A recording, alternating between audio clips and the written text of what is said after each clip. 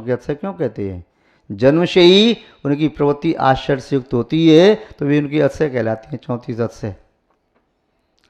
तो जितना जितना अभ्युदय प्राप्त हो त्यों त्यों उसके जीवन में विनम्रता, सरलता, सहता आती जाए और क्षमावृत्ति हो जाए।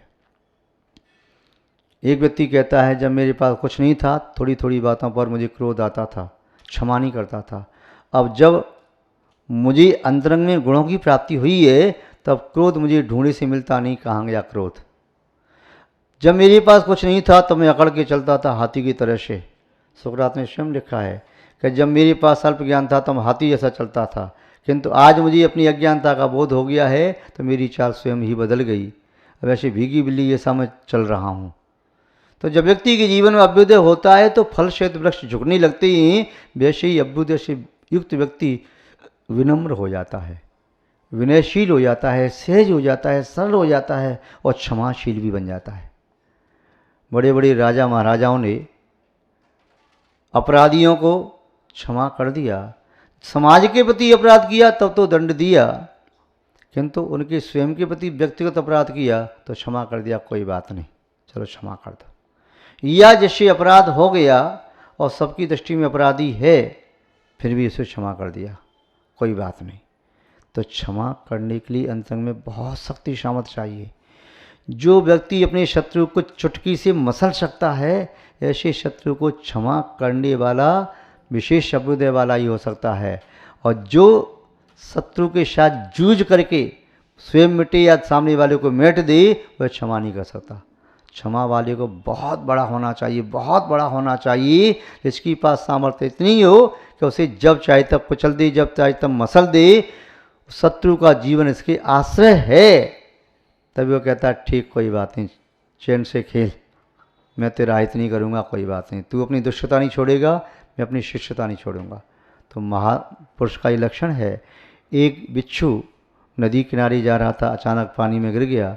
महात्मा जी नदी किनारे बैठे स्नान करने के लिए, देखा बिच्छू जा रहा है, हाथ पर लिया, किनारे पर रख दिया, किंतु किनारे पर वह टिक नहीं पाया, उसके फिर गिर गया। फिर महात्मा उठाया, हाथ पे आते ही बिच्छू ने डंक मारा, फिर गिर गया। महात्मा हाथ हिल गया, तीसरी बार ऐसा चौथी बार हुआ। एक व्यक्ति देख रहा था, महात्मा जी आप क्या कर रहे हैं, दुष्ट है, ये डंक मारता है बार बार और आप इसे बार उठाते हैं, इसका स्वभाव ही ऐसा है, ये नहीं छोड़ेगा डंक मारने का स्वभाव। महात्मा जी ने कहा, यही तो मैं देख रहा हूँ, जब ये बिच्छू होकर के भी अपने डंक मारने के स्वभाव को नहीं छोड़ रहा है तो मैं साधु होकर के इसे बचाने के स्वभाव को कैसे छोड़ दूँ।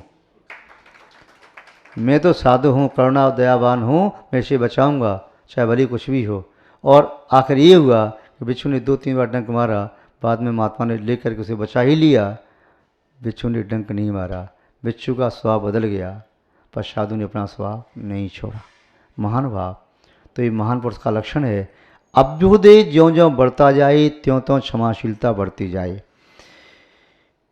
अपने भारतीय संविधान में ये दिया है कि व्यक्ति राष्ट्रपति हर एक नहीं बन सकता। 21 साल में विधायक बन सकता है, परंतु राष्ट्रपति नहीं बन सकता। सांसद बन सकता है, राष्ट्रपति बनने के लिए उसे अनुभव चाहिए। वकील बन सकता है, वह 25 साल में वकील बन जाए, गलत करे, मजिस्ट्रेट नहीं बन सकता, जज नहीं बनाया जा सकता। 35 साल के ऊपर हो या 10 साल का वकालत करने का अनुभव हो, अन्यथा नया नया कोई युवा, नया खून, नया जोश यदि जज बन गया तो डेली 2-4 को फांसी देगा वो। तो इसलिए वह बात की गंभीरता को समझ नहीं पाएगा। हमारे गुरु महाराज कहते हैं, संघ में आचार्य भी बनाए जाते हैं, तो नई उम्र का आचार्य बना दोगे तो आचार्य न तो स्वयं को संभाल पाएगा, पुण्य के उद्रेक में या तो स्वयं चित हो जाएगा या संघ को चित कर देगा, या संघ में इतना कठिन अनुशासन करेगा कि संघ उसका चल ही नहीं पाएगा। तो अनुभव होना चाहिए। 48 साल के बाद ही उसमें गंभीरता आती है। ज्ञान पुस्तकों से आता है, अपने साथियों से आता है, संगति से आता है और स्वयं के शिवसंग से आता है, किंतु चौथा पाया है ज्ञान का अनुभव, वह समय से आता है। कोई व्यक्ति बचपन में अपने बालों को सफ़ेद कर ले तो सफ़ेद बाल करने से अनुभव नहीं आ जाता, अनुभव तब आता है जब बाल स्वयं पकते हैं। ऐसी ज्ञान की परिपक्वता आती है। तो ज्यों ज्यों अभ्युदय बढ़ता चला जाता है त्यों त्यों क्षमाशीलता भी उसके जीवन में आती है। जिसने स्वयं के पुरुषार्थ से प्रतिकूलताओं को सहन करके अभ्युदय प्राप्त किया है, तो यदि किसी का छिनका ले लिया है तो फिर उसके जीवन में क्षमाशीलता शायद न आ पाएगी। आगे कहते हैं सदशी वाक्पटुता, वचन बोलने में, समीचीन बात को बोलने में, आगमशा बोलने में जो श्रेष्ठ है। महान पुरुष के ये लक्षण है कि उसके श्री मुख से सहज में भी वचन निकलते हैं तो हितमित प्रिय ही निकलते हैं। कटु वचन नहीं निकलते, असत्य नहीं निकलते, दूसरों के अहितकारी नहीं निकलते। उसकी सहज प्रवृत्ति है। युधि विक्रम, महापुरुष वह है जो सरल और सहज चींटी की भी रक्षा करे, किसी भी जीव को कष्ट न हो, किंतु फिर भी युद्ध क्षेत्र में उसका पौरुष पराक्रम जाग जाता है। वह कहता है नहीं, ये अत्याचार अन्याय तुम्हें अपनी प्रजा पर सहन नहीं कर सकता। मानवता का कोई ह्रास करे, संस्कृति का कोई ख्रिस्तीकरण करे, कोई अकारण ही जीव हिंसा करे तो मैं सहन नहीं कर सकता। इसकी दुष्टता का पाठ तुम्हें पढ़ाऊंगा। तो महापुरुष कायर नहीं होता है, युद्ध क्षेत्र में विक्रम बड़ा पराक्रमी भी होता है। आगे कहा यशस्वी चारु रुचिम, महापुरुष होता है सदैव यशस् कीर्ति के कार्य करे, बदनामी के कार्य नहीं। जिस कार्य के करने से बदनामी होती है उन कार्यों से महापुरुष दूर रहते हैं। जिन कार्यों के करने से लोक निंदा होती है वे कार्य करने से दूर रहते हैं। जिस कार्य के करने से अपयश की कालिक मुख पर पुतती हो उस कार्य के करने से दूर रहते हैं। वे कार्य प्राय करके वैसे ही करते हैं जिससे यश, कीर्ति और लोक में एक प्रेरणा प्राप्त हो। जिस कार्य के करने से वे दूसरों के लिए भी आदर्श स्थापित कर सके, वही कार्य करना महापुरुषों के लिए श्रेष्ठ होता है। उनकी सहज प्रकृति है। वे उसी प्रकार के कार्य करने का अवसर खोजते रहते हैं और समय समय पर देखते हैं अब कौन सा कार्य करें, वर्तमान काल में इसकी आवश्यकता है, अब इसकी आवश्यकता, अब इसकी आवश्यकता है। तो इस प्रकार वे विचार करके सोच करके उस प्रकार के कार्यों में प्रवृत्ति करते रहते हैं। महानुभाव आगे दिया व्यसनम स्वतः, शास्त्र स्वाध्याय में उन्हें व्यसन होता है।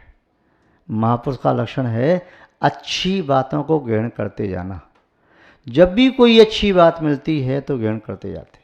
राजाओं के दरबारों में भी पुरोहित विद्वान पंडित रखे जाते थे।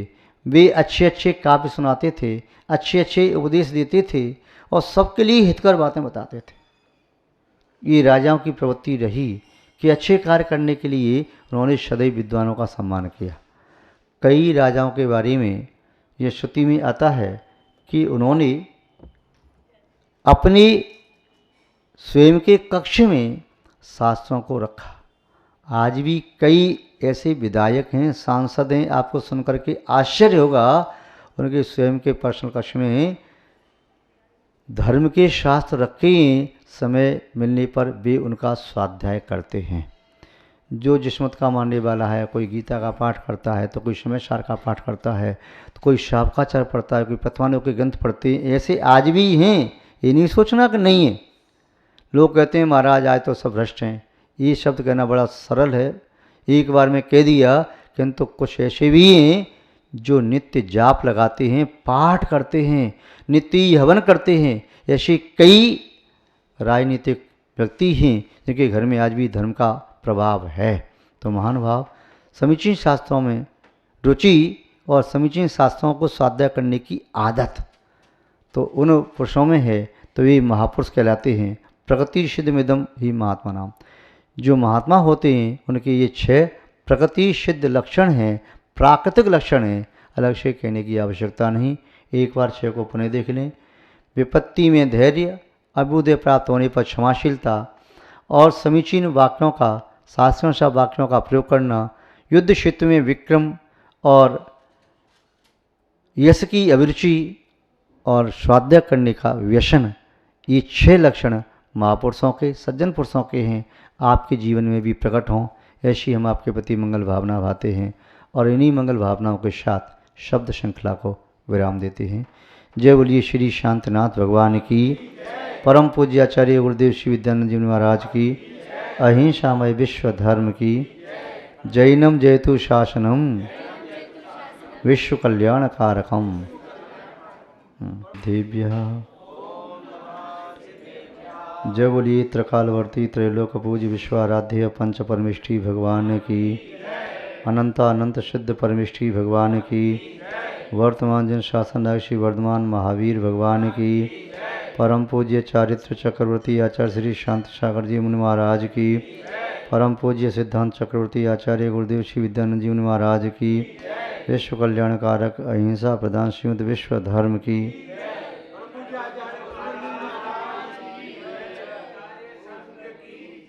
जैनम जयतु शासनम विश्व कल्याण कारकम, धर्म स्नेही सत्य श्रद्धालु यहाँ पर उपस्थित आप सभी भव्यवर पुंडरीक पुण्यात्मा महानुभाव, संसार में जितने भी द्रव्य हैं उन सभी के अपने अपने स्वतंत्र गुण हैं। कोई भी द्रव्य ऐसा नहीं जिसमें कोई गुण न हो। द्रव्य की पर्याय गुणों के आधार से है, गुणों की पर्याय भी गुणों के आधार से है। पर्याय और गुणों के समूह का नाम ही द्रव्य है। गुण कभी गुणी से अलग नहीं होते और गुणी बिना गुणों के कोई होता नहीं। सबकी अपनी अपनी अलग स्वभाव हैं, सबकी अलग अलग प्रवृत्तियाँ हैं, किंतु कुछ ऐसे नियामक पैमाने हैं, नियामक सूत्र हैं जिनके माध्यम से एक दूसरे की पहचान होती है, जिन्हें आगम की भाषा में लक्षण कहते हैं। किसका क्या लक्षण है, तो लक्षणों के माध्यम से वस्तु की पहचान बड़ी सरलता में, सहजता में, आसानी से हो जाती है। लक्षण न हो, विशेषताओं का ज्ञान न हो तो पहचानना बड़ा कठिन होता है। लक्षण अनेक वस्तुओं में से अलग करने वाली हेतु का नाम है। किसी एक वस्तु को अनेक वस्तुओं से अलग करना है किसी हेतु से तो लक्षण कहलाता है। सब चीज़ के अपने अपने लक्षण होते हैं। जैसे धर्म के 10 लक्षण आप मानते हैं, उत्तम क्षमा आदि। जैसे बुरे व्यक्ति के लक्षण मानते हैं, जो बुरा काम करे, ऐसा कार्य करे। साधु के लक्षण जो श्रद्धावान, विवेकवान, क्रियावान। साधु का लक्षण जो ज्ञान ध्यान तप में लीन रहे, विषय कसाय, आरंभ परिग्रह से रहित हों, सब लक्षण हैं। वीतरागी भगवान के लक्षण, भगवान वो हैं जो वीतरागी हों, सर्वज्ञ हों, देवदेशी हों। सिद्धों के लक्षण जो समस्त कर्मों से रहते हैं, स्वाभाविक गुणों से सहित हैं, लोक के अग्रभाग पर विराजमान हैं, सिद्ध परमेष्ठी। आपने सबके ऐसे लक्षण नियत किए हैं। बिना लक्षण के संसार की कोई वस्तु नहीं। अच्छी वस्तु में अच्छे लक्षण हैं, नियम से हैं, थे, आगे भी रहेंगे। बुरी में बुरी लक्षण थे, हैं और आगे भी रहेंगे। लक्षणों को देखो, वस्तु पकड़ में आ जाती है। जीव कौन? चेतना लक्षणों जीवा, तद विपरीतो अजीवा। जिसका लक्षण चेतना है वो जीव है, उसके विपरीत चेतन लक्षण इसमें नहीं है, वह सब अजीव है। आकाश अवगान लक्षण आकाशा, जो सुख अवगान देता है आकाश अमूर्त। काल द्रव्य सब दृश्य पर परिवर्तन हेतु कालो, सभी द्रव्यों के प्रवर्तन का हेतु काल द्रव्य। गति हेतु लक्षणम धर्म द्रव्य। गति द्रव्य में गति करने में जो हेतु बनता है वह द्रव्य काल धर्म द्रव्य। स्थिति हेतुत्व अधर्म द्रव्य। जो जीव व पदार्थों को ठहराने में निमित्त बनता है वो अधर्म द्रव्य। महान भाव ऐसी लक्षण दिया। सभा किसे कहते हैं? सभा सभ्य शिष्ट पुरुषों से विद्यमान व्यक्तियों की सभा होती है। सभ्य किसे कहते हैं? सभाना उपवेष्टम योग्य पुरुषा सभ्य। जो सज्जनों की सभा में बैठने के जो योग्य होता है वह सभ्य है। और स्वभाव क्या है? सभ्य शिष्ट सज्जन पुरुषों से जो समाविष्ट है वह सभा है। किंतु जो सभ्य है, शिष्ट है, सज्जन है, उसके लिए एक बात और कही, वह वृद्ध भी होना चाहिए। क्योंकि युवा में धैर्य और गंभीरता कम होती है। हो सकता है किसी आवेश में आकर के उसकी सज्जनता, शिष्टता, सभ्यता धुल जाए। इसलिए नीतिकार तो ये कहते हैं, न सा सभा शंतिन यत्र वृद्धा, वृद्धा न ते ये न वदन्ति धर्मम, धर्मो न वै यत्र च नास्ति सत्यम, सत्यम न तद यक्षलना निविद्धम। आचार्य मोदी ने देखो लक्षण दिया कि सभा कौन सी होती है? सम्यक सभा वही है जिसमें वृद्ध पुरुष बैठे हों। वृद्ध कौन? केवल वे ही वृद्ध नहीं होते जिनके बाल सफ़ेद हो गए। किसी बालक के भी बाल सफ़ेद हो सकते हैं, वह भी बाल अवस्था से सफ़ेद, पूरे बाल सफ़ेद हो गए, जन्म से सफ़ेद बाल हैं किसी के, तो वृद्ध नहीं हो गया। वृद्ध वह होता है जो वयोवृद्ध है, तपोवृद्ध है, ज्ञान वृद्ध है, संयम वृद्ध है, अनुभव वृद्ध है, वह वृद्ध कहलाता है। ऐसे वृद्ध पुरुष जिस सभा में बैठे हों तो वह सभा है, उस सभा में सभ्य पुरुषों को बैठ जाना चाहिए। और जिस सभा में केवल हा हा हो करने वाले, हुल्लड़ करने वाले शरारती तत्व हों तो उस सभा में बैठने से हाथ में तो नहीं हो सकता। वृद्धों की सभा में बैठ करके निस्संदेह जीवन में गुणवत्ता आती है।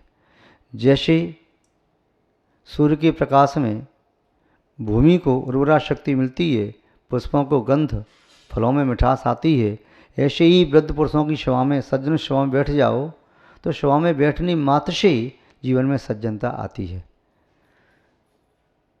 रात्रि के समय खुली आकाश में कोई वस्तु रख दो, शुष्क भी होती है तो वे चंद्रमा की किरणों से उसमें भी आर्द्रता आ जाती है। महानुभाव, तो यहाँ पर कह रही हैं कि सभा कौन सी है? सभा वह है जिसमें वृद्ध पुरुष हों, ज्ञान वृद्धि भी हों, वयोवृद्ध भी हों, तपोवृद्ध भी हों, चारित्र और संयम के वृद्ध भी हों, अनुभव से वृद्ध भी हों, वे गंभीर धीर, जिन्होंने एक लंबा समय देखा है, जीवन में अनेक उतार चढ़ाव देखे हैं।